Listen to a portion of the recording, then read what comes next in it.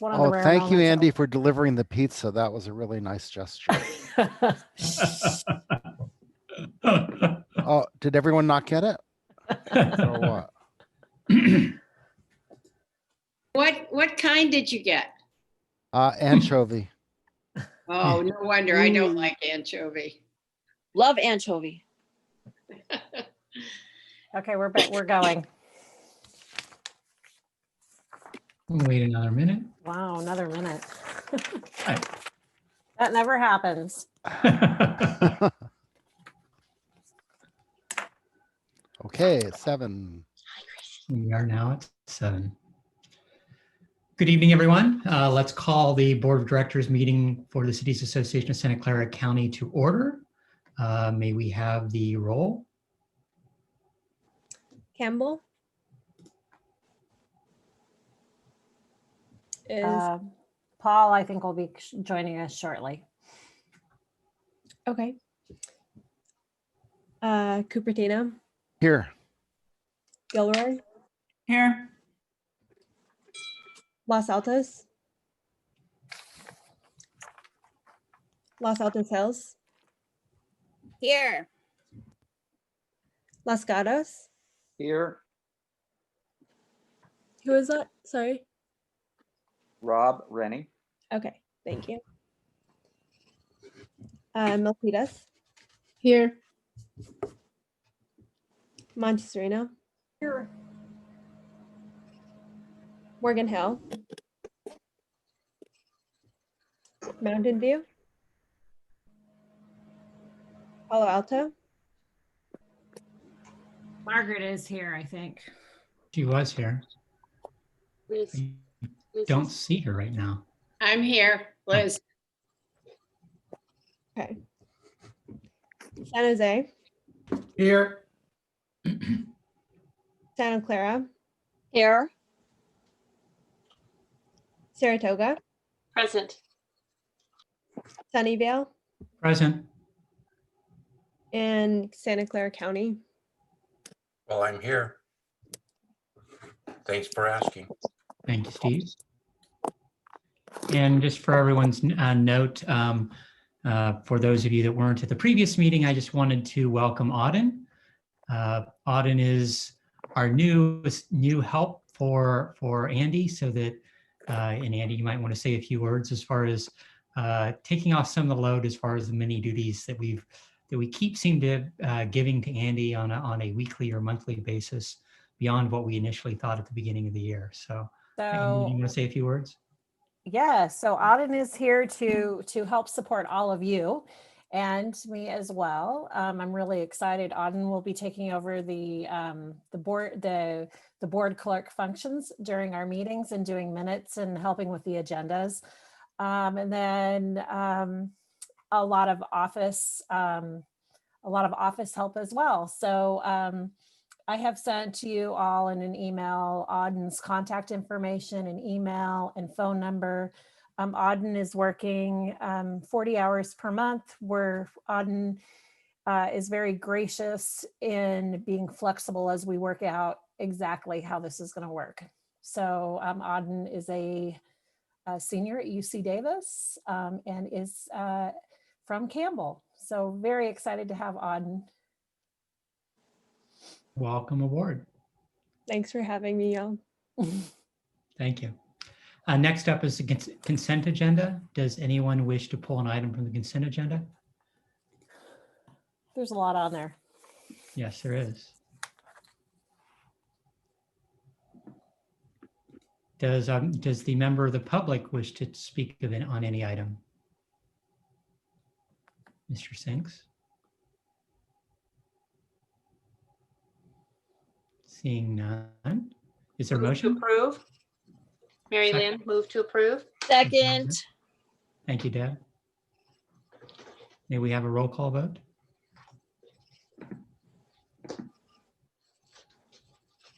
Campbell. Still absent. Absent. Okay. Cupertino. Aye. Gilroy. Yes. Los Altos Hills. Yes. Los Gatos. Aye. Milpitas. Aye. Montesarino, Yes. Palo Alto,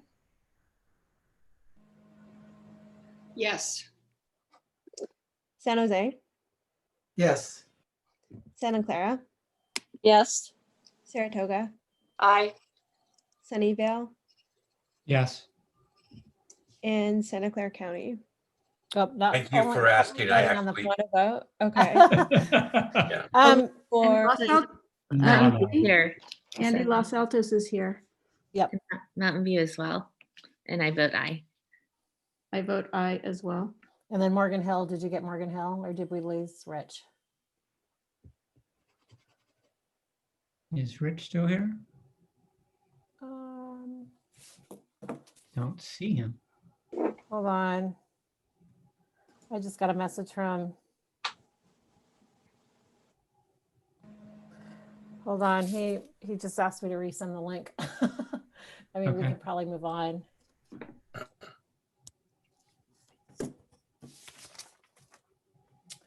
Um,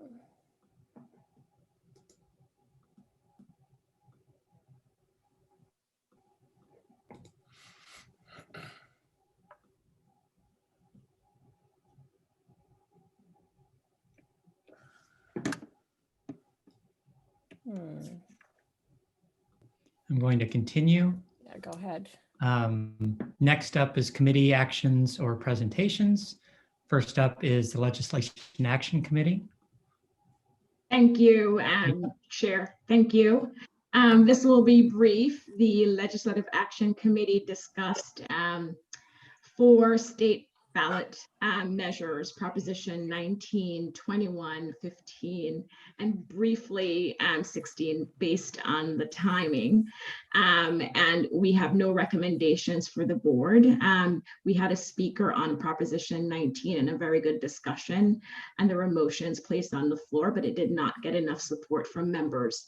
I would like to note, maybe as a future agenda item for us to discuss, the protocol around, supporting a motion or supporting a measure or a proposition when a council has not taken a position on the proposition. I think that would be a very helpful discussion for this group. And that's it. Thank you. Thank you very much. Next up is the Housing Methodology Committee, ABAG Executive Board discussion on regional housing needs. Vice Mayor Pligor, you want to continue? I will, and I think Vice Mayor Gibbons will join me for this one. So if you haven't heard, the Housing Methodology Committee, the ABAG HMC, has recommended a methodology to the ABAG board, how we will allocate the RHNA numbers for our 9 Bay Area region. So the big number that we were assigned is 441,000 plus. And so for the last year, based on this group appointing me to this committee, I worked with other representatives from the other counties and cities, and we looked at many factors, different methodologies, a lot of complex materials. I think I brought 1 or 2 people from ABAG to this group a couple times just to explain the process, just to make sure everybody was engaged and understanding what we were going through.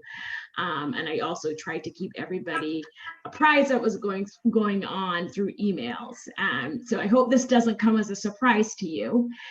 So we do have the final methodology.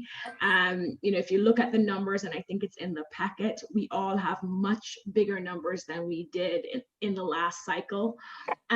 During the 2014 to 2022 cycle, Santa Clara County had a total of 58,000.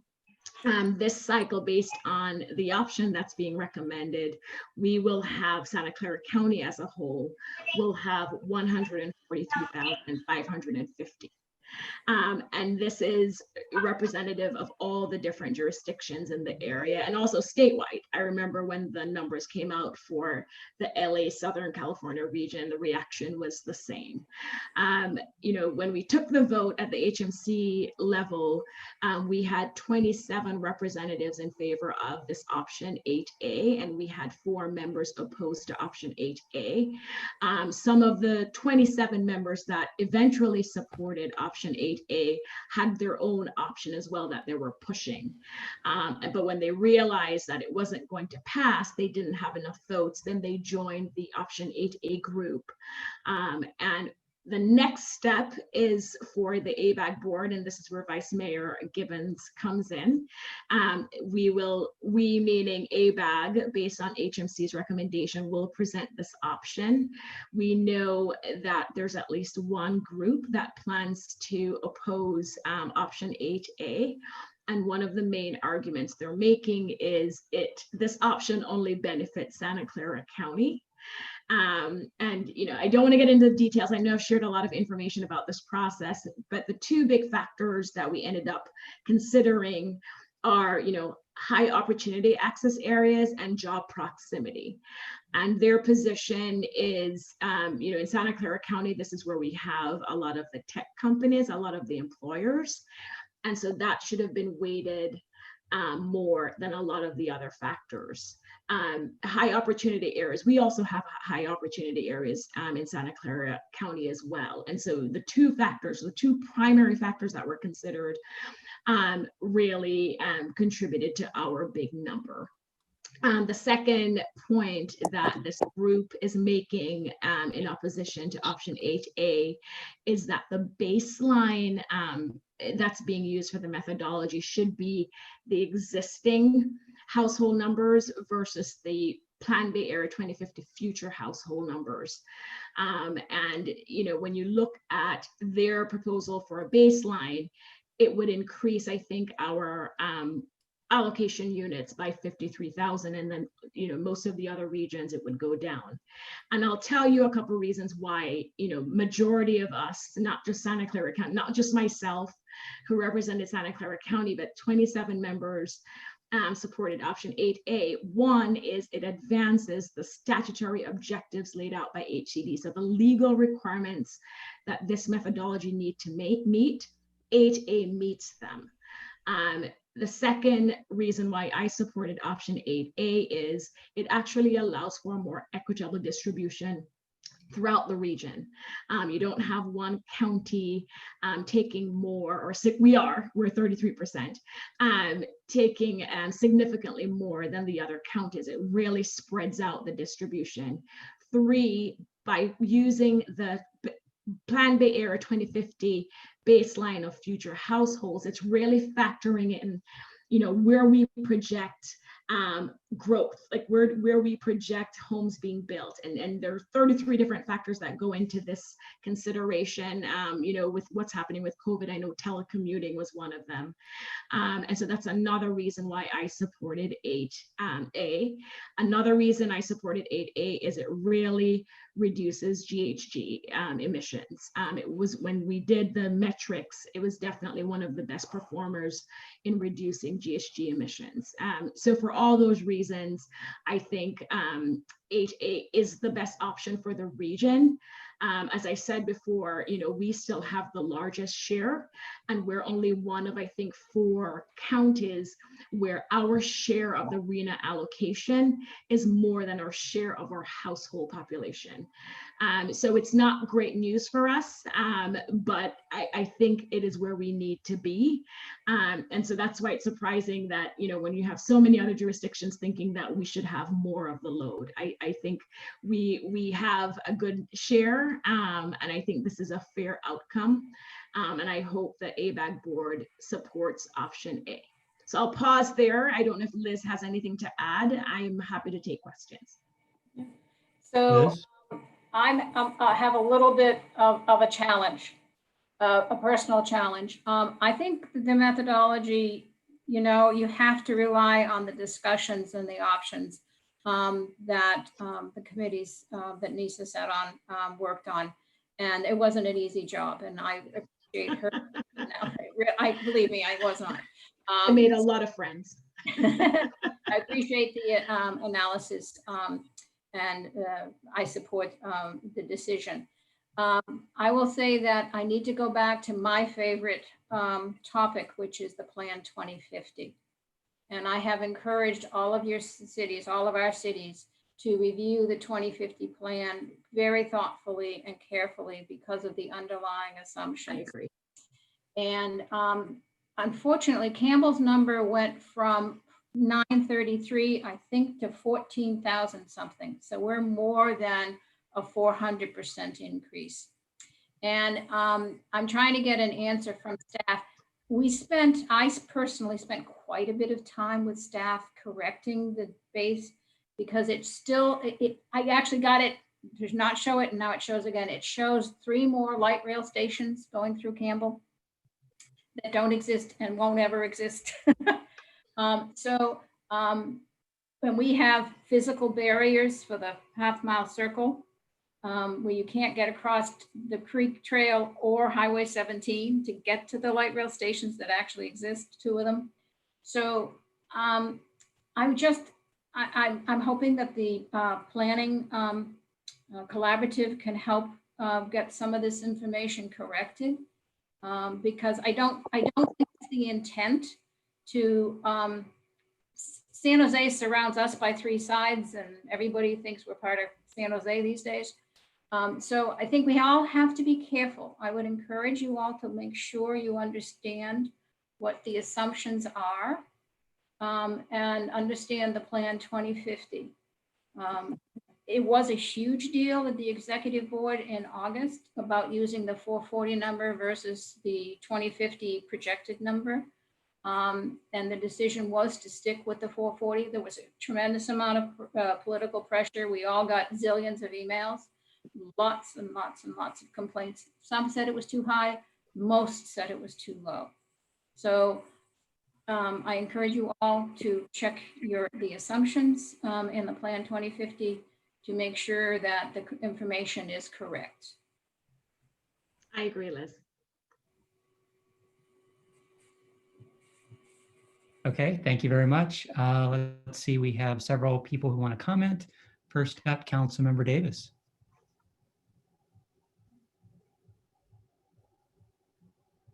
Deb? Larry, Yes. I'm sorry, my hand is definitely not up. Oh, okay. I lowered it. Councilmember Rennie. I apologize. No problem. Councilmember Rennie. I'll speak for Deb. Mine might be a little bit more of a question. When I read that report, it looks like they're making a pretty good argument. And thank you, Nisa and Liz, for going through all this pain. And I've been kind of removed from it, so I don't know the process very well. And is this 8A modified? Is this kind of too late at the end of the process, or could this be seriously considered? You know, you said you've already considered GHG, and 8A is good for that, but they seem to be saying, well, so many more of the jobs are in Santa Clara County by this 8A modified. We're dumping a lot more, and we're going to be saving a lot of vehicle miles traveled and be saving a lot of transit we don't have to build, is kind of the message there. And 8A modified is good for every county but ours, it looks like, if you're thinking from, I don't want to be overwhelmed with having to build housing. I'm having trouble understanding how we're not going to lose a battle of moving to 8A modified, and I don't know anything really about the process. So if you're interested in commenting on that. I'll quickly comment, Councilmember Rennie. So the vote reflects the support.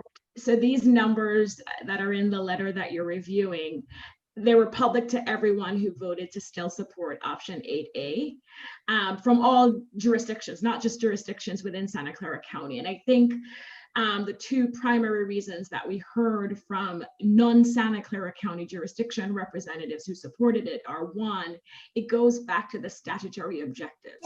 This modified version, we have not done. So to your point, one of the main reasons the ABAG board should not support it is it's not something you just change the baseline and poof, you're done.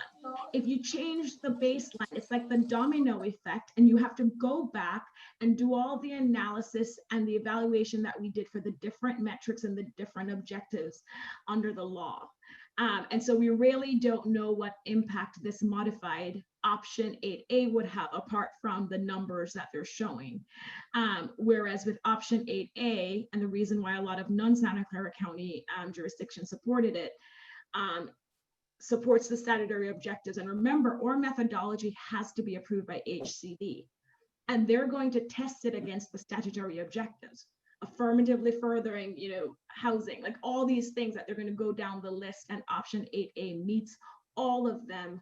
And that has not been done for this modified option 8A, but also, how that factors into the high opportunity areas, job proximity, auto, like there are all these different things that at the ABAG executive level, they would not be able to determine, because they'd have to bring it back to committee to do the kind of analysis that we did. So you're saying it is kind of too late in the process really to go that direction? It is, it really is. And so just so you know, we didn't just decide on the future household baseline. We actually considered the one they're proposing for modified option 8A and others. So we had meetings discussing the different baseline options and decided on this one. And then this, I think it was at the last meeting or the second to last meeting, they tried to bring this back as the baseline. Once they started seeing the numbers. Thank you.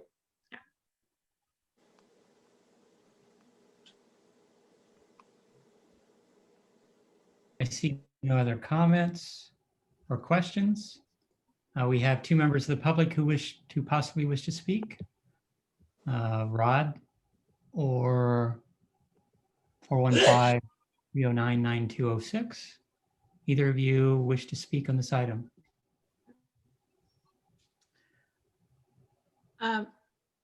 If no one wishes to speak, I have a question. Sure. Go ahead. Do we need to have a motion to send a letter in support of this? No? Nisa? Yes? Chair, I defer to you. So thanks, Andy, for that reminder. We are working on a letter that we plan to send to the ABAG board before October 15th, just laying out the reasons why they should support option 8A. And also, I know other jurisdictions are doing the same. I don't think we need a motion. I defer to you, Chair, on whether or not we need a motion, but what I think Andy, Auden, and I will be doing over the next couple of days is reaching out to each of you and your mayors, and hopefully we can have the mayors from all our 15 cities sign on to this letter. And we're hoping to get others outside of Santa Clara County to sign on as well. Could I clarify, is the letter to sign on to the methodology? So I can't, Campbell is not going to support this. And I don't mean to be selfish about it. I really mean that there's a mistake someplace, and it's frustrating to find it at this late stage after all the work that went in to make it right.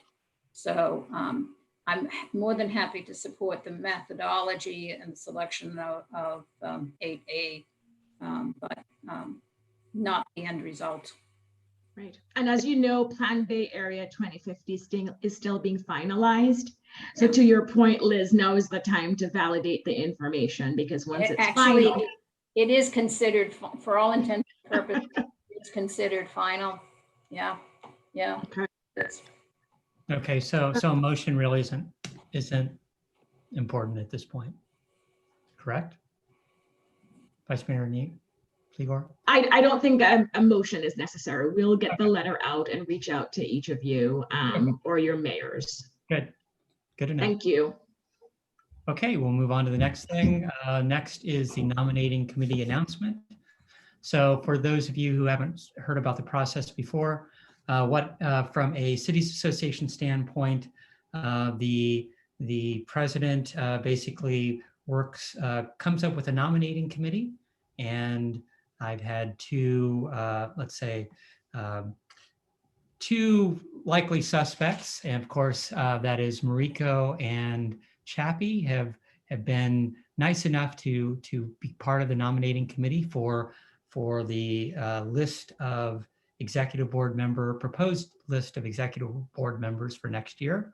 And so we will be meeting. This is just an information only item. I'm announcing that Mariko and Chappie have agreed to be willing subjects and work with me on next year's proposed executive board group, and that will come back to this committee or this board in November. So you'll hear more about that later, and that'll be announced in the next, what the final proposed slate is sometime in the next few weeks. Okay. I see no questions on that. Moving on, it's the City Selection Committee policy discussion and consideration of whether the Cities Association should adopt a formal policy on appointments made of elected official terms out of elected office. And Andy, So this is, we've had a little late information about this. For the background, we had some questions about whether someone is someone who has been an elected official who has been appointed to serve and represent the region in an appointment, and if they are allowed to continue serving after their term is up. And so we know that past practice has been that when a person terms out, that they also give up their seat and the city selection committee appoints someone else. I couldn't find a policy, a written policy anywhere. And then just right before the meeting, I got a call from Rania, who is now with Vice Mayor Jones, and Rania helped me identify where we could find the policy. And there is a policy. It was adopted in 2008. And I am going to tell you what it says real quick. And so it does say that appointments that an appointee chosen by the city selection committee shall be an elected council member or mayor of a Santa Clara city or town at the time of the city selection committee appointment. In the event the elected official appointed by the city selection committee ceases to be an elected official, the city selection committee appointment shall also end on that same date as the appointee ceases to be an elected official. Any vacancy so created shall be filled by the city selection committee within 60 days of the date of the vacancy occurred. Okay. So it looks like, unless you would like to change that policy, that is the policy as adopted on February 21st, 2008.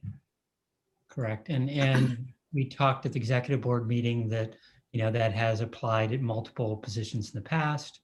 That being said, that policy has been there for quite a few years at this point.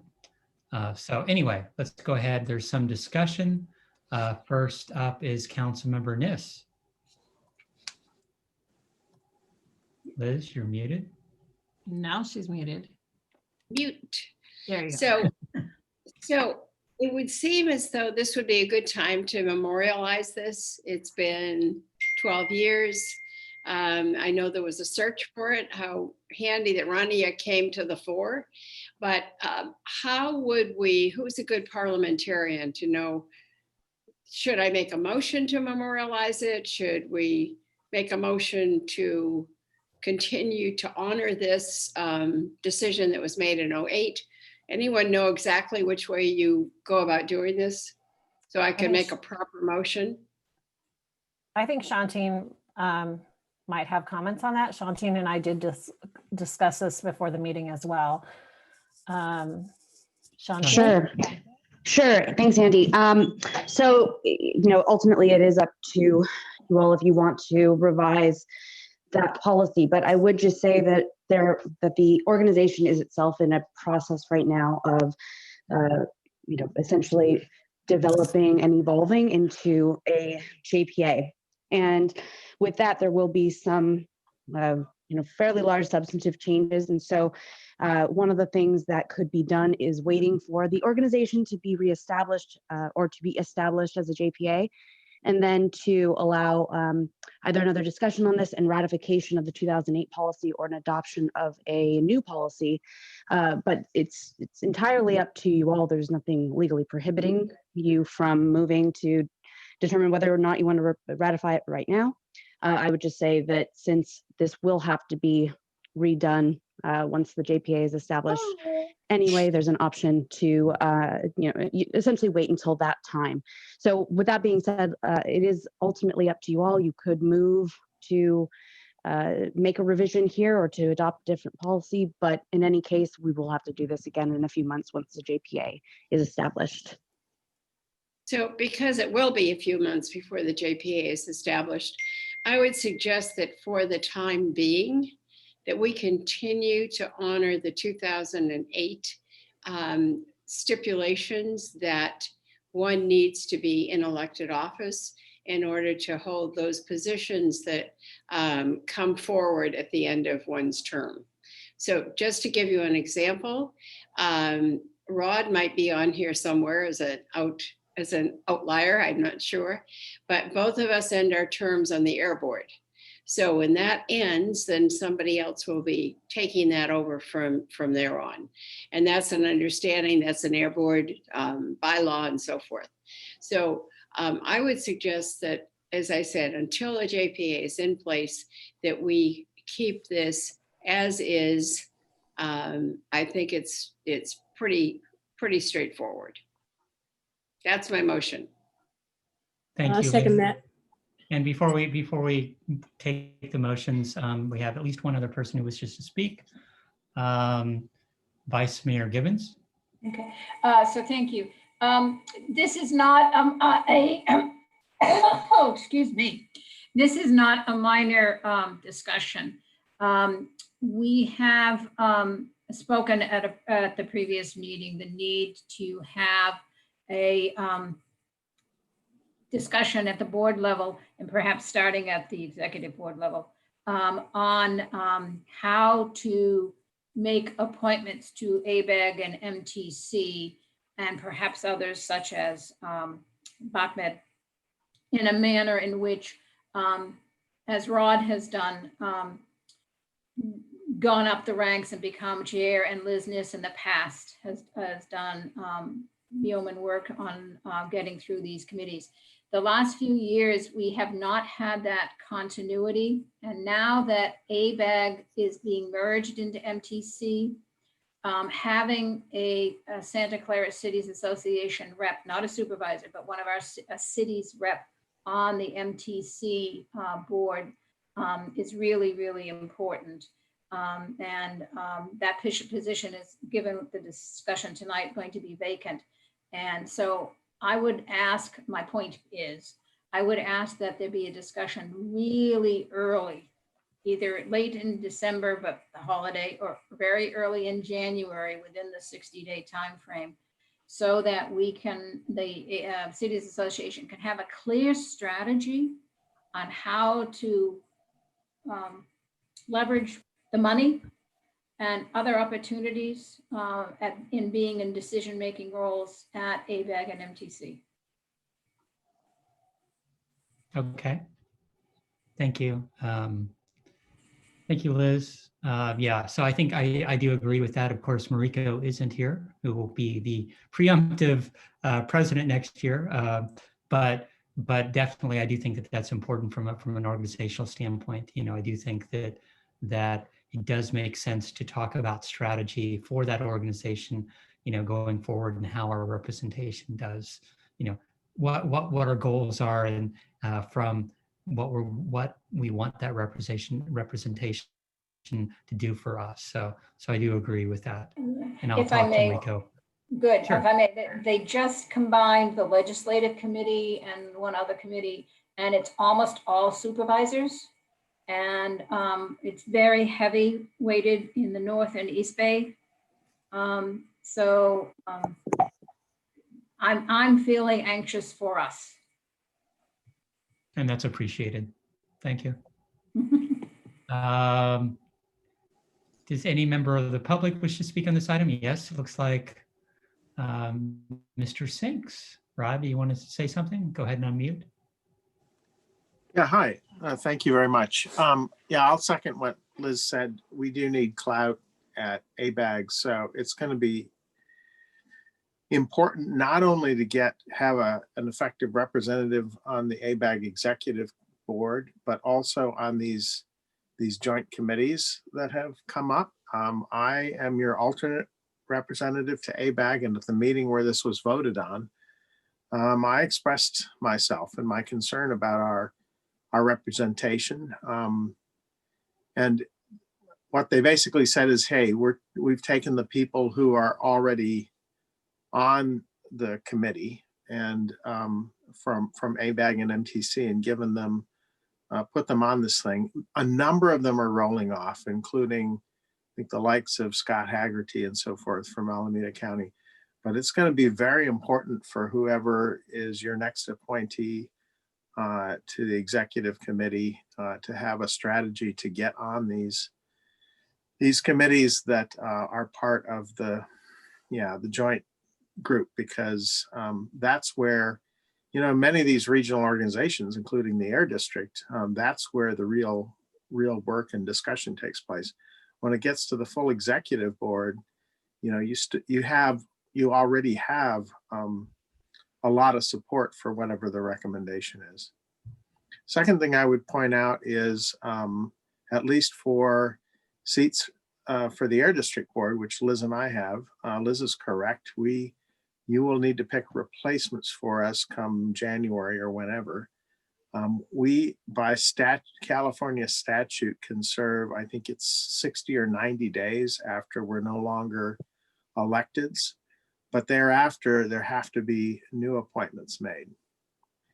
The only, on the Air District, there is a representative who is a staff member to the mayor of San Francisco. But other than that, everybody on that 24-person board, whether supervisor or a council member, is as an elected. And so there is provision for when you finally get around to reappointing this, then we're done, right?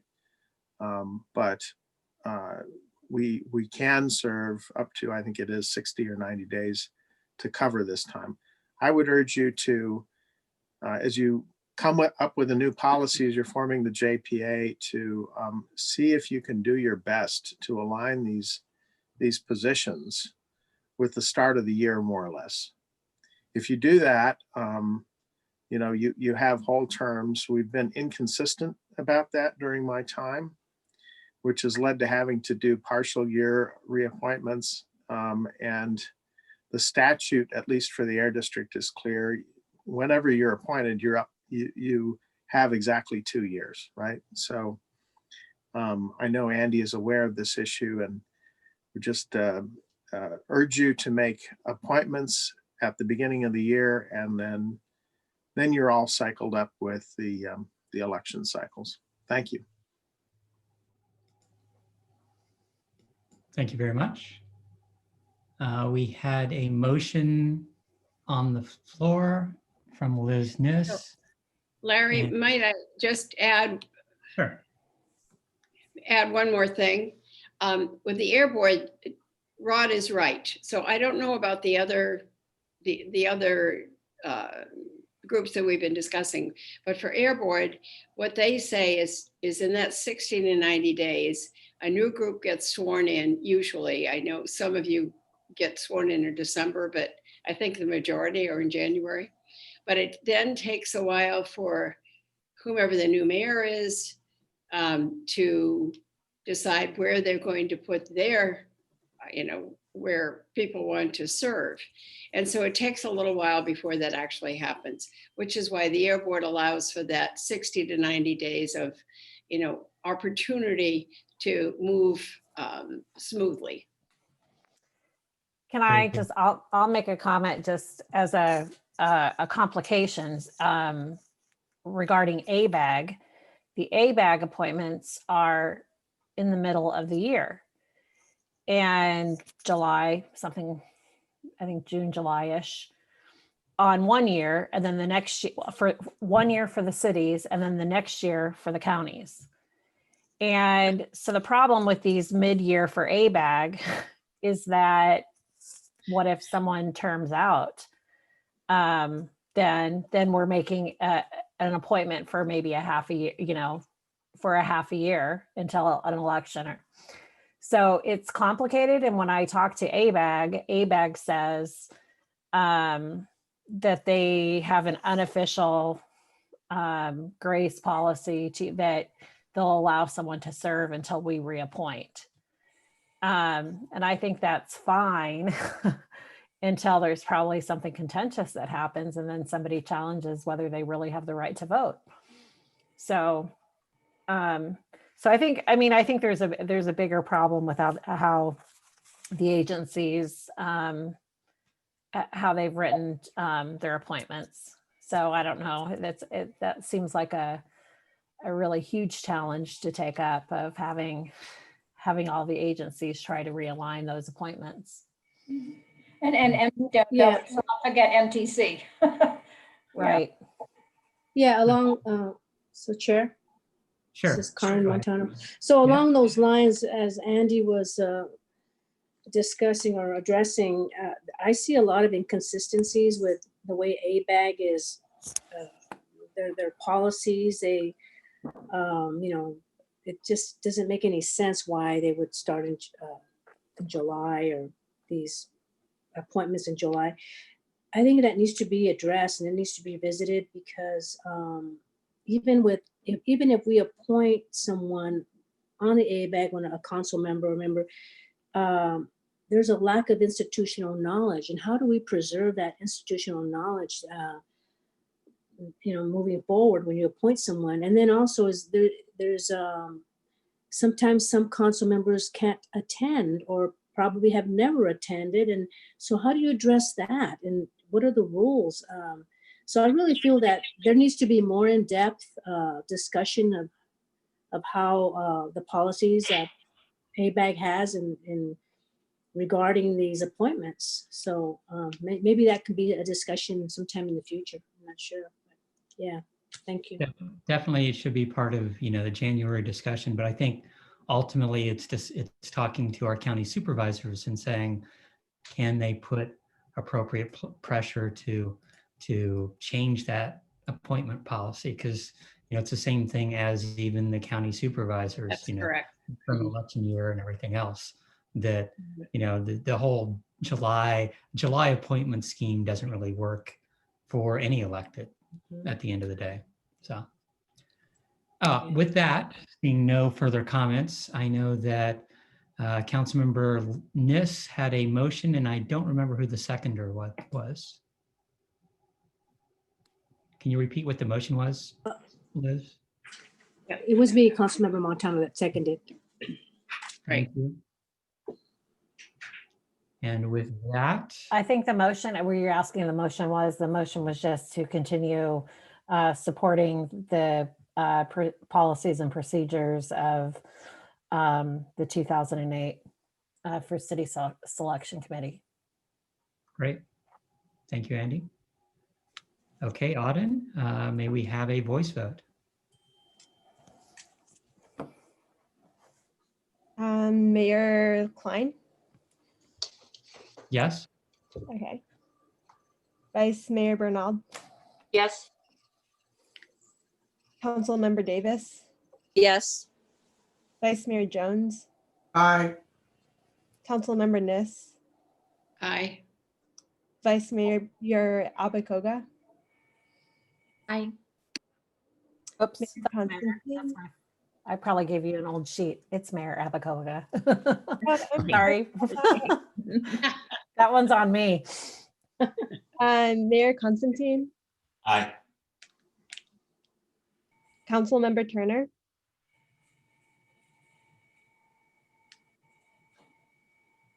And Are you saying Tucker or Turner? Turner of Monte Sereno. No? Okay. Councilmember Montano. Hi.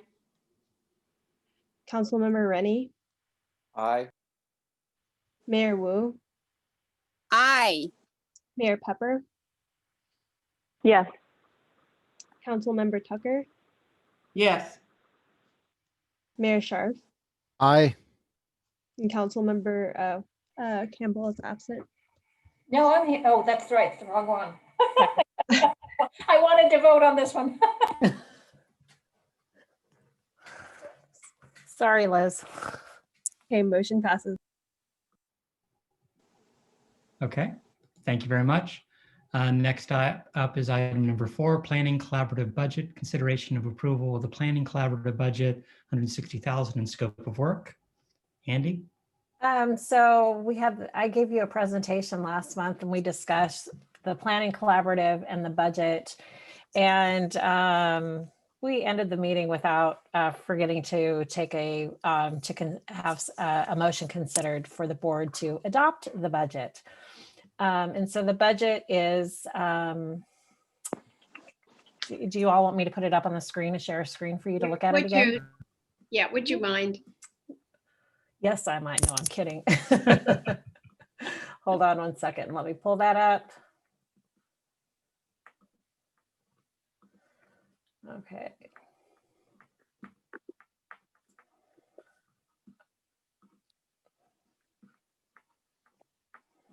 Okay, hold on here. Let me share my screen.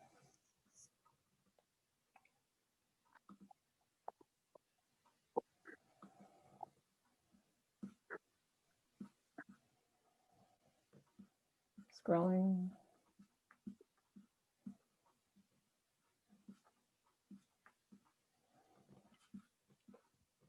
All right, do I need to make that bigger? Would help a little bit. Okay. Yes, please. All right, hold on.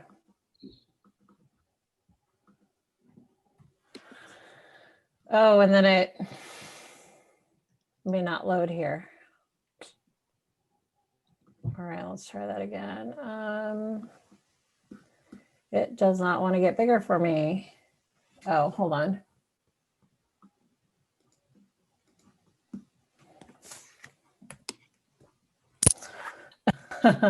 Technical difficulties today.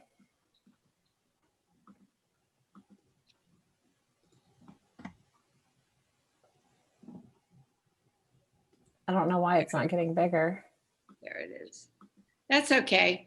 Can you see it at all? I can see those are contributions, right? Right. These are it's the membership dues for the planning collaborative, and it is based similarly. It's a tiered membership dues, similar to our tiered regular membership dues. And so I just also want to make sure that we're very transparent on how we believe this will work. This is what we believe is just like a basic cost for the planning collaborative, and it will be for our staff and also to support the board, but our staff on their housing elements. REAP money has not come through, but now it appears that the executive board of ABAG will be considering it maybe in November. We don't know when that money will be readily available.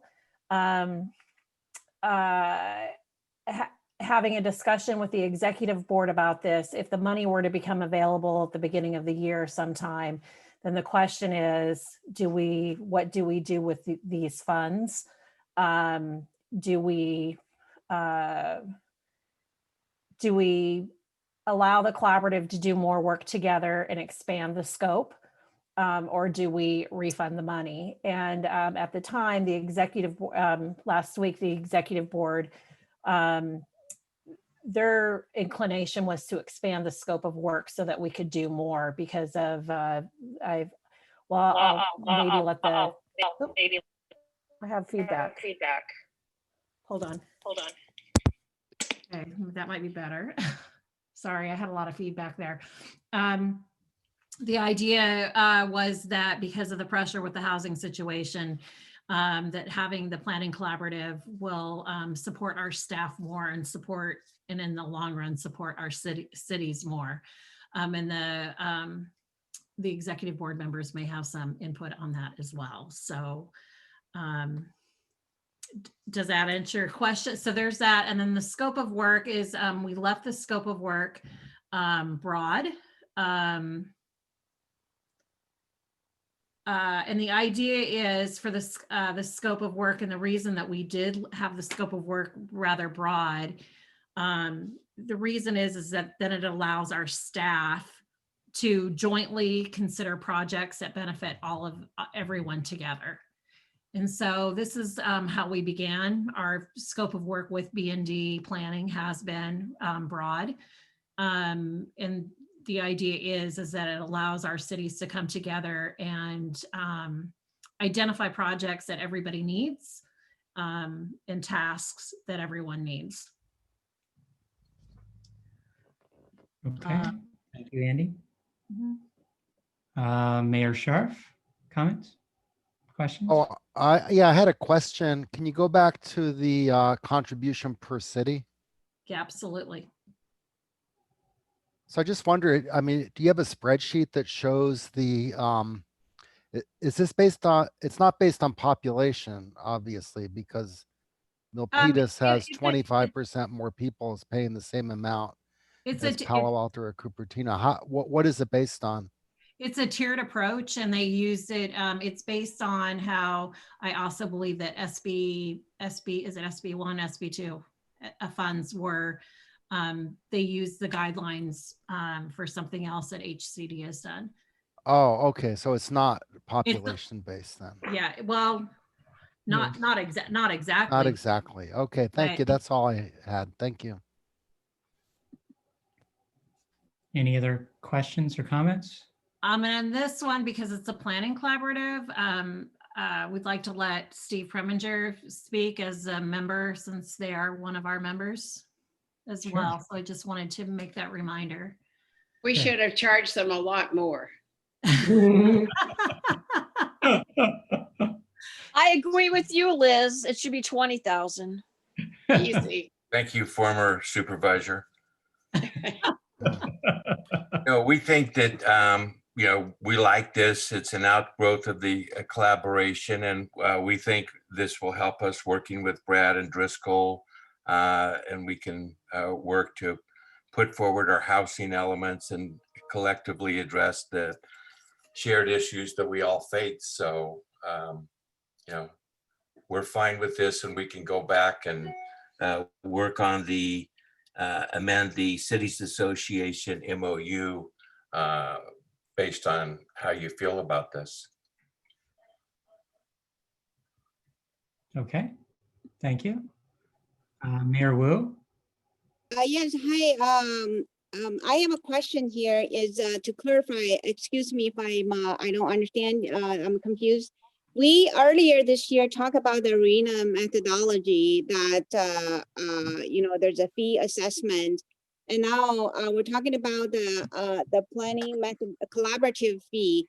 Is that the same thing or is it additional fee? Andy, could you please clarify that? Yeah, absolutely. So a year ago, we were working on the RENA subregion.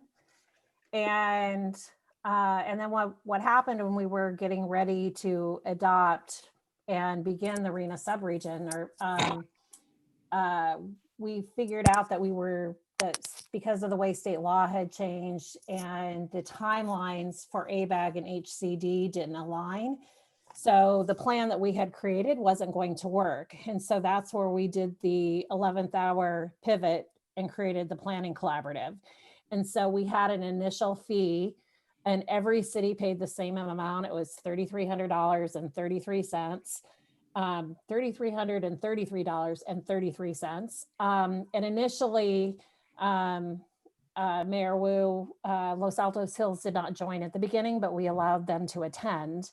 And you ultimately did join the collaborative. Our staff have spoken very positively about this. At this time, I believe everybody is going to continue. But the reality is $50,000 did not go very far, and it did not support. It didn't support even a meeting every month for 6 months.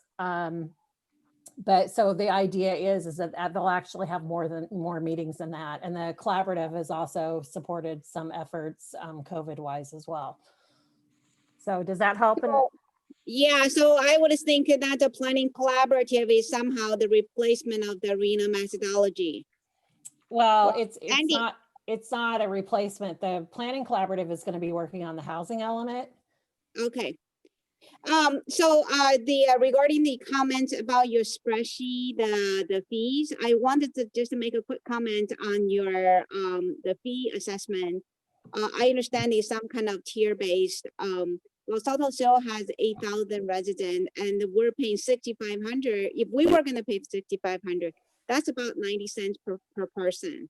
We have a 3,000 household, so it's a given up, it's about $2, more than $2 per household. Just to make a comment on that, I'm not saying we're not gonna join. I just want to say that it seems like a pretty expensive. If you look at other cities, it has far more populations in size. Just a comment. Sure, We're just to paying give, much to give you higher. an idea, when ABAG releases the REAP funds, they're giving every city the same amount of money. Okay, thank you. So might balance itself out. I think we can't win. Thank you. Next up is Mayor Abacoga.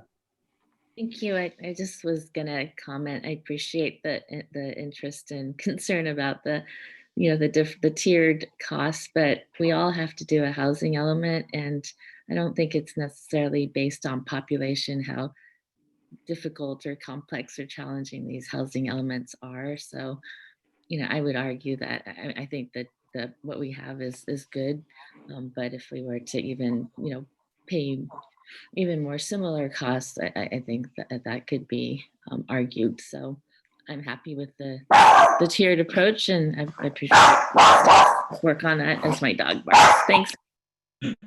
Thank you, Margaret. Anyone else who wishes to speak on this item? I'd like to make a motion to accept the budget. Second, let's see if any of the members of the public wish to speak on this item. Chris or Jeannie? No? Okay, Chappie, go ahead. So I'd like to make a motion to accept the budget for the planning collaborative. Thank you. Is there a second? Second. And that was Liz, I think. Okay. It was. Auden, may we have a voice vote? Sure. Councilmember Montano,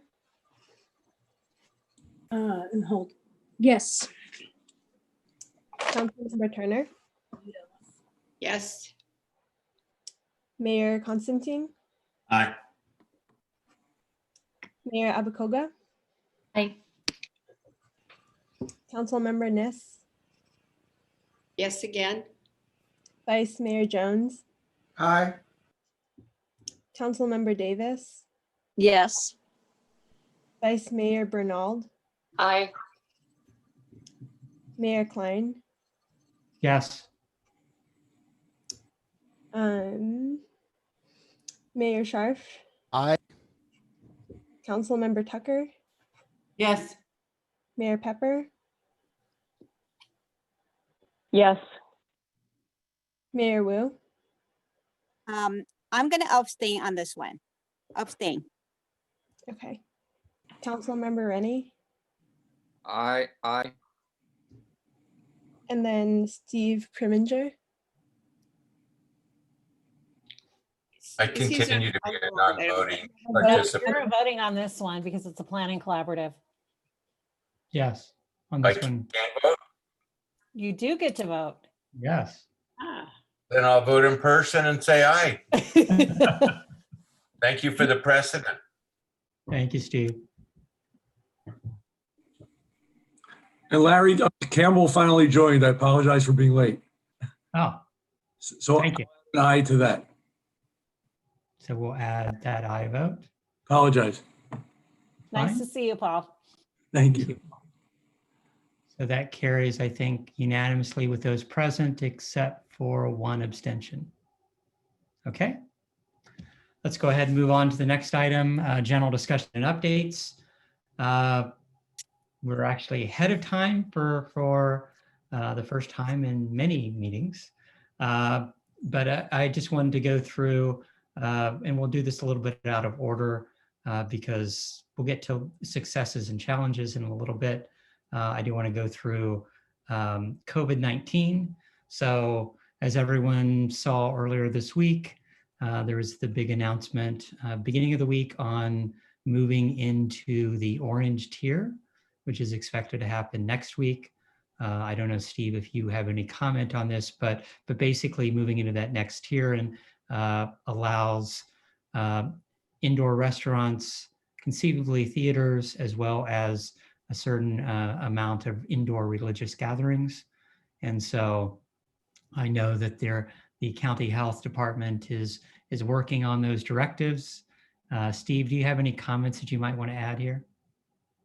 Well, we had a Board of Soups meeting Tuesday, and we had 2 to 3 hours worth of public comment, and it was not all favorable, shall we say. The comments from the small business people, the restaurant owners and all that, as well as many members of the faith community, were very upset that we didn't go directly to the state's numbers, which would have been double what we're going to recommend. And our response is just our public health officer is very concerned about the spread of the virus, especially with people in restaurants that aren't wearing masks. This will be an item of discussion. There's a weekly meeting of mayors and city managers with supervisors Simidian and Chavez, and I know a number of you are on those calls.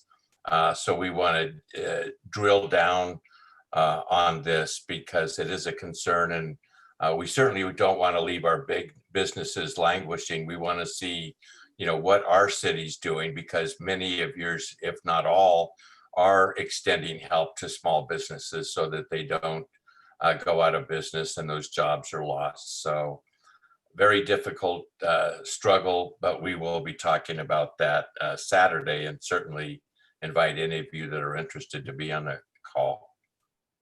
Thank you, Steve. Any other comments about the new health order or COVID in general? I actually do have a sort of a follow-up. Sure. We send out to all the mayors, all the city managers, and all the PIOs a communications packet because we want to help you communicate with your residents so that they know what's going on in terms of COVID. We have information in there about the election. We have suggestions for how people can safely approach Halloween. And we hope that the information is useful and that the information is being shared with your residents. So if anybody hasn't seen that or would like more information, please feel free to let me know, or Andy, she's part of that too. Thank you, Steve. And yes, I think that I've heard only positive things from residents about kind of the Halloween and the levels of safety and whether or not, giving suggestions from a county standpoint of what's low risk, moderate risk, or high risk. I think that was well received by residents, getting a better idea of what they think is safe. So thank you for doing that, and thank County Health at the end of the day. Any other comments about COVID? Against COVID. I have a question. This is Michelle. Hi, I have a quick question on COVID. The COVID-19. Anybody can anticipate this COVID-19 how long it's going to be allowing for? When will be possibly allowing for indoor gathering? My major concern is December, it's going to be a lot of social gathering, especially when the election is over. Then you have an elected official going to change in places, some taking seats, some taking off. Usually you have a lot of party or holiday gathering, mostly indoor. If we still continue have to wear a mask or so, just kind of like anyone knows possible prediction on December, would we be allowed to have an indoor social gathering? The public health order will allow indoor gatherings to 25% of capacity of rooms up to 100 people. If the public health officers find that there's a lot of compliance and we're doing well, we can go from a more restrictive, if those numbers are considered restrictive, to a less restrictive number. But I think there'll be, for a long time to come, the need to wear masks in public, as well as social distance and a washing of hands and all that. And I would ask any registered nurses in the on the call to respond to that as well. Well, that was the setup I've ever heard one. You've been teed up, Councilmember Liz. So everything I have heard, including hearing Fauci again today, says wear a mask. Just wear a mask, even if there are 25 people of you there. And, you know, all of us now have gone to dinners or something like that. Wear the mask until you sit down and you're distance. And I've gotten so used to wearing the mask that I usually don't realize it's hanging off my right ear before I walk into a place. And you probably all are at that point too. But I think that the one thing they have discovered, even in 1918, was that the mask is what made the biggest difference. You're simply not exchanging the droplets or the aerosol or whatever that may be. So I'm going to fly east on Saturday, so I will have a mask and a shield and a bunch of other stuff. But I intend to be protected. And I think that, Michelle, is what is the most important to me, is you think, how do I protect me and how do I protect all of you at the same time? Okay, thank you. And the other thing we encourage is that you get tested regularly. We have that as a continuing discussion item on the Saturday calls. And the opportunity to get tested is so much more greatly expanded. So all that's in the communications packet and on our public health website. So.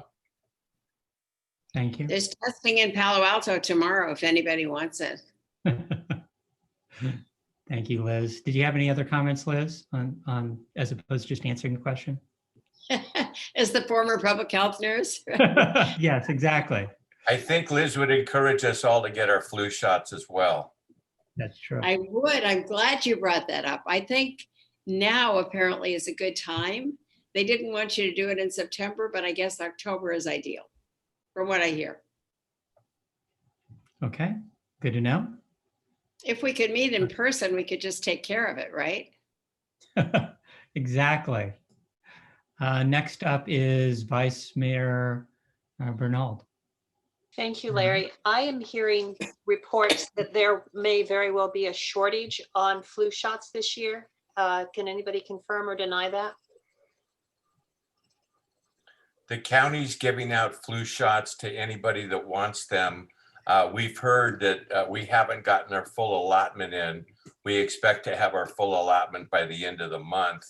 So I would say that's another reason to get a shot as early as possible. I've already gotten mine, and I'm hoping that everyone else will too, because it's very important this year, especially. Absolutely. The county has commented that I know that our family was told that we couldn't have flu shots. And so we turned around from our healthcare provider. They said they didn't have any. And then we went to Walgreens and were able to get them. But the county is commenting that that's happening to a lot of people. Anecdotally. Okay. Councilmember Scharf. Oh, I just wanted to point out Kaiser has plenty of flu shots but unfortunately you can't get them at their clinic in Santa Clara. You have to go to Mission College to the drive-through, but it's very efficient. I think Mountain View, no, I think the next place north is Redwood City, actually. I think the only place in the valley is the Mission College drive-through. Okay, thank you. Councilmember Rennie. Larry, are you taking other items of concern or just COVID related? Right now, COVID, and then we'll open it up to joys and challenges next. Okay. If there's no more COVID comments, questions, let's go ahead and move on to joys and challenges, and whatever you want, Rob, you can kind of take it up underneath that. Okay, I wanted to, in case people aren't aware yet, VTA is got brewing a plan to bring forward the money for BART from Measure B, starting in 2022, and put most of the other categories on hold. You get money for your city budgets for roads, road repair and so forth. That would be cut in half in the proposal that I've heard about. I think most highway projects would be put on hold. Bike and ped would continue, but most everything else gets put on hold. The 85 work would be transit corridor work, is going to not get money and so forth. So I think could be a challenge for your future budgets. Certainly for the 5 West Valley cities that I represent, I would be interested to hear from them, their thoughts on what I should say or do when that comes before the board. Okay, thank you. Councilmember Davis.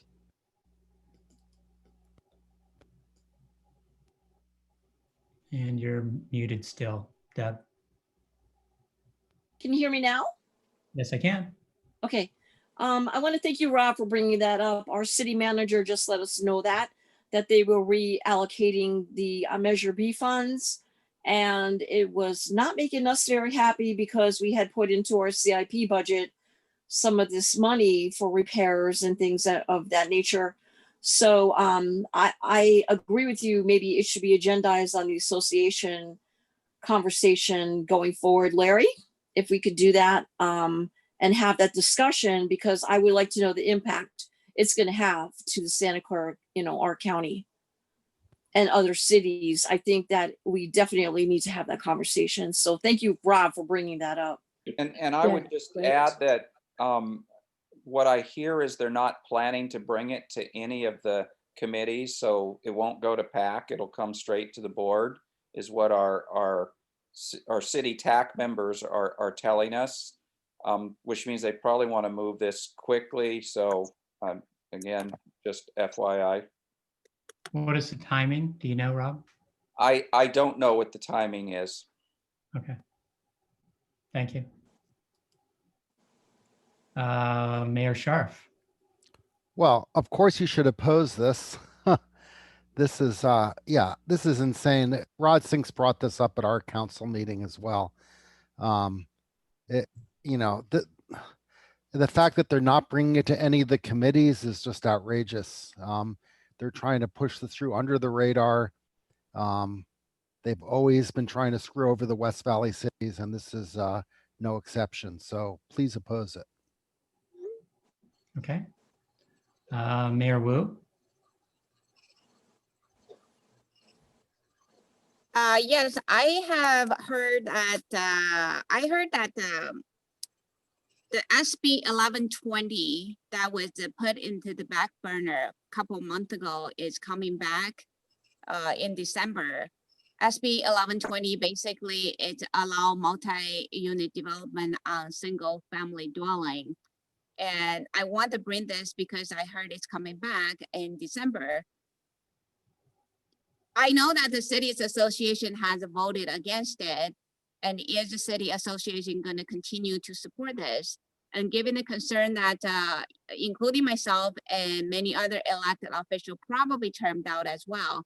So that's a concern for our town or our city. So I don't know. I don't know anybody have any thoughts on this. That's a challenge for us because we were gonna post it and writing letters to Gavin Newsom, but it was put in the back burner. We're like, okay, fine, we don't have to worry, but it's gonna come back so quickly. Yeah, but it's ultimately that'll be in next year's legislation. So yeah, definitely, so it'll be taken up by the LAC in next year's efforts. Any other challenges or joys Are there any joys in our cities right now, or is everybody fatigued from COVID and the fires and everything else that's happening, the election season? Mayor Constantine. Yankees won tonight, so they're continuing. I didn't realize that baseball was even going on. Yeah, I know. I have not watched a game between day job, mayor, and of course a campaign. Sports isn't a thing right now. Well, I didn't watch tonight's game and they won, and I didn't watch the first one that they won, so maybe I shouldn't watch anymore. The 2 games I watched, they lost. There you go. Maybe you jinxed it. Councilmember Niss. You're muted, Liz. Muted. You're still muted. There you go. Can you hear me now? Yes, we can. Yes. Let me know. I am pissed off. I sat on VTA for a long time, and I have watched as this has happened over and over again. Suddenly, BART really needs the money, and the cities, the small cities, don't. And I cannot believe it. Right now, John McAllister is still there. They have just met, so I don't know when the next meeting is going to be. But guys, you really have to say something about this. Measure B was a promise. It was a certain amount that would go to BART, a certain amount that would go to the cities. And yes, BART is terrific. Find the money someplace else, because this is our roads, this is our sidewalks, this was promised to us. So I am fit to be tied. And I'm amazed that it's not going to go through any of the committees and just come directly to VTA. So you guys should really shake the daylights out of whomever your representative is and say, vote against this. And it'll be hard because the bigger cities, the San Jose's, will put a lot of pressure on. So I don't think I could deliver that any more clearly, could I? Because I remember sitting there when this was happening before. Yeah, and I just want to add, Chairperson, that this is Carmen. Go The ahead, Carmen. Milpitas BART, there's a very low ridership, and I was, everybody thought there was going to be a lot of folks riding that BART, but looks like there's a loss of revenue there. Yeah, I'm concerned too, because that was a promise that VTA made with Measure B, and it just, I don't want to say sickening, but it's so disappointing that they changed everything, and they get to change the rules, and the voters are the ones that were. They've had the wool pulled over their eyes. So I'm disappointed in VTA and their leadership. Okay. And Larry, I should just make sure people realize you will get your money. You'll just get it at the back end of the 30 years of the measure. It's a question. Rob, that's perfect. Just, by that time, our streets will I'll be have gone. I won't be here. Yeah, this sounds like a great opportunity for all of the Santa Clara Valley reps on VTA's board to write an op-ed and really get the publicity out on this, so they can, and highlighting the process of not going to any committees and trying to do this below the line. It's extraordinarily stupid on their part, and they should pay the price. So who knew about it? Who's here? Where did you see it? Mary Lynn? I knew about it because of Howard being on VTA. He told us last night during our city council meeting, and it is an abomination. Wow. Yeah, So Rod was it Sinks brought it up at our council meeting on Tuesday night. Wow. So, So, wow. yeah. When's it So let's going go to back the let's go board? back to I know so it's not agendized item, we should be talking about it. Okay. But it is important. I'll let each of you go out and educate yourselves and do appropriate advocating on what you think is best for your city. Are there any joys, other joys and challenges? That was the challenge. I just want to add on to the conversation that being on the VTA board, I hear everybody loud and clear. I'm not showing a lot of emotion right now because I'm in a very zen space with all the fish and Yeah. kale. But I do hear everybody's voice. So just want to say that. Thank you, Chavi. Oh, so we have one joy today at the Beacon Awards for the League of Cities. So we got the platinum level Beacon Vanguard Award, which Cupertino is the only city in California that received it for our 24% greenhouse gas reduction for the community and for a public agency, and for 22% reduction in energy usage. Great, So I didn't see congratulations. any other. So last year we only got gold. This year we got platinum, and it's all Yeah. because of my clothesline outside. Congratulations. I have a joy. So within the next, let's say before the end of the month, and this kind of all goes with two things with a county order, depending upon what happens with a county order, our movie theater, our AMC theater that's downtown, that was going to open on March 30th, is ready to open with new measures depending upon what happens at the county level. And then our Whole Foods that's also downtown here, that's underneath, if you remember, with our new mall design, Whole Foods on the bottom on the first floor and an AMC theater above it. The Whole Foods is also planned to be open by the end of the month.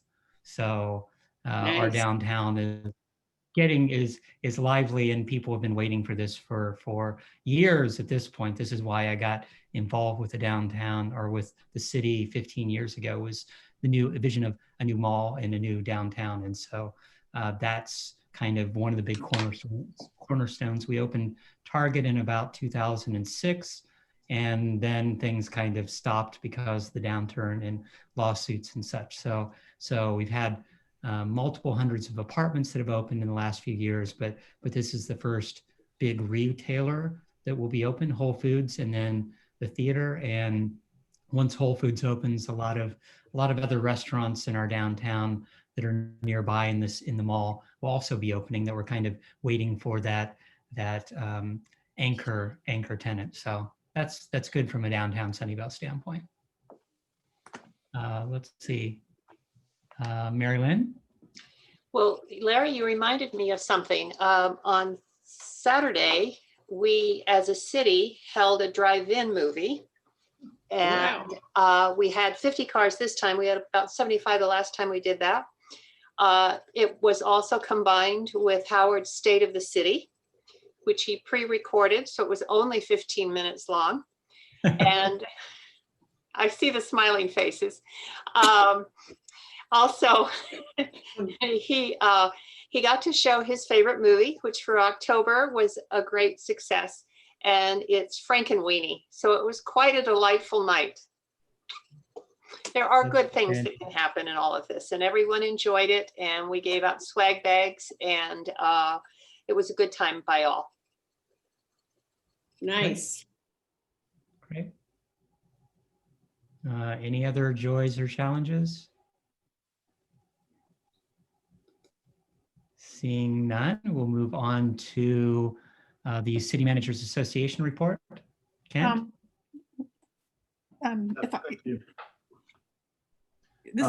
This is Jeannie Bruins. I was wondering if I could interject for a brief moment on your joys and challenges. Sure. I'm hoping that maybe I can take a challenge and put a little bit more of a joy spin on it. I appreciate all the conversations regarding the VTA, et cetera. I am an ex officio board member on this. And when I heard this rumor, I did seek information on this. So first of all, it is going through committees. Their proposal, as they're going to look at putting together a proposal, is going to go through committees. It'll be going through the committee structures in November. It will be on the VTA agenda, the board agenda, in December. So there is time to get involved and hear what it is.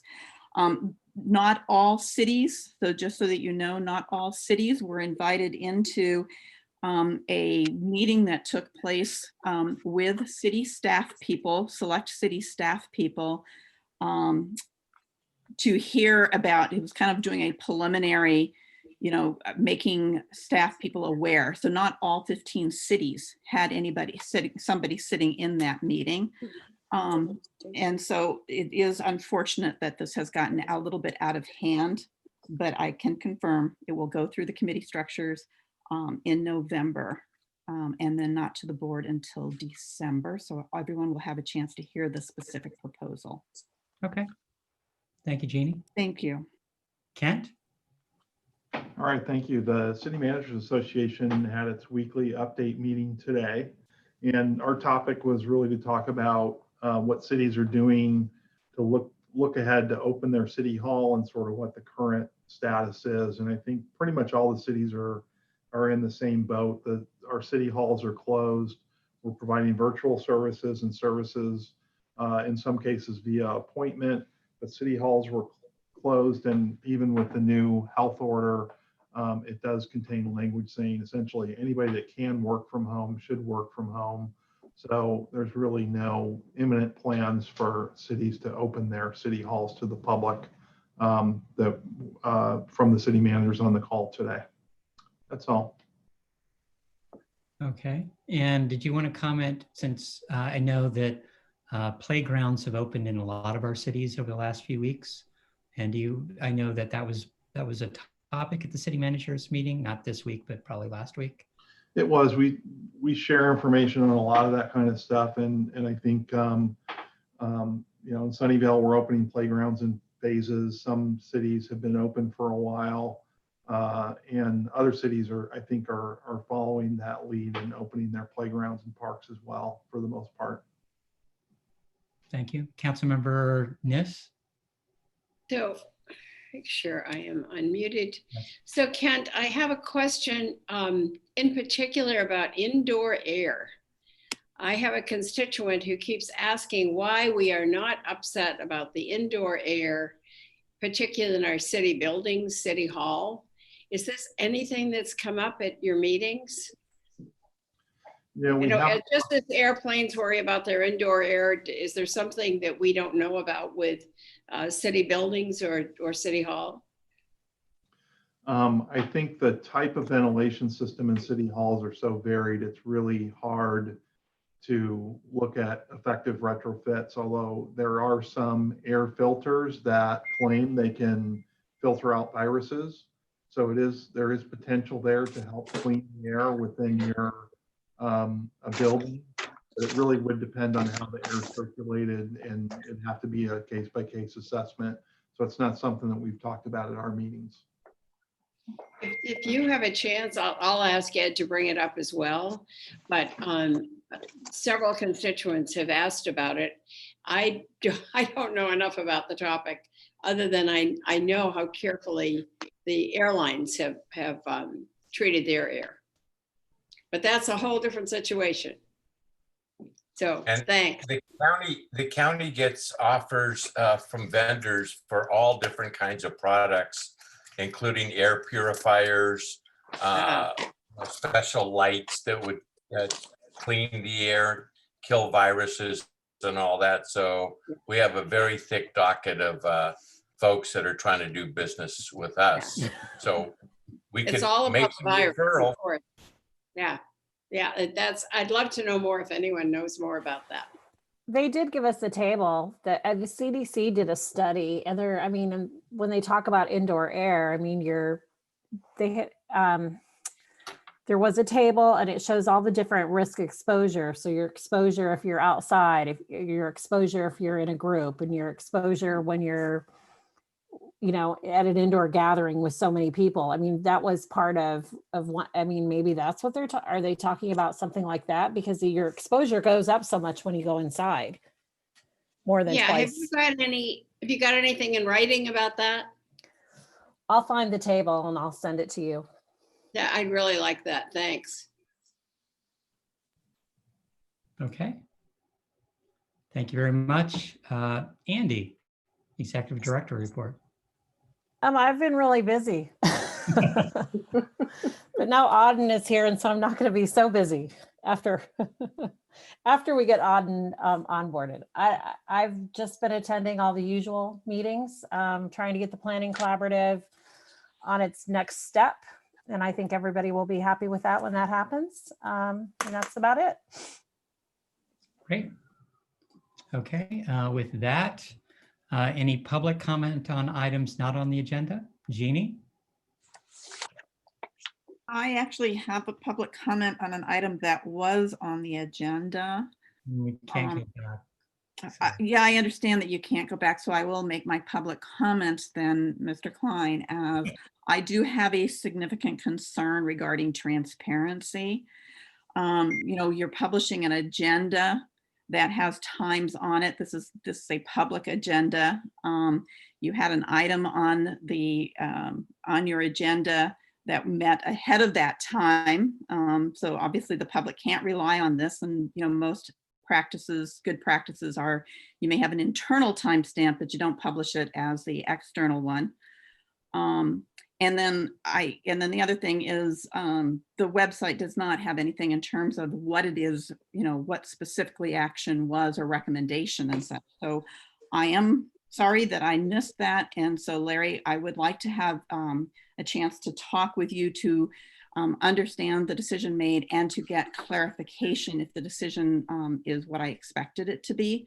I would like to get some clarification from you, seeing how I do sit in one of these seats that is a 4-year term. And I am somebody who will term out of city council. Okay. Just to clarify, we made no change other than that we reaffirmed the policy that's already there, and we will take up in the future a discussion of what terms are. So I would like, again, I would like to ask you, I would like to talk with you about an implementation clarification, if you wouldn't mind. Thank you. Okay. And with that, well, surprisingly, for the first time in many months, we will be adjourning the meeting far earlier at 8:31 p.m. So we have 29 minutes to enjoy this evening and take a little breather. So thank you everyone for joining. Have a good evening and welcome, Auden. Everybody. Thank you. Don't all end this early, Auden. Thank you. Good to see you. Thank you all. Have a good night. Thank Good you. night. Good night. Thank you. Stay safe. Bye-bye. Good night.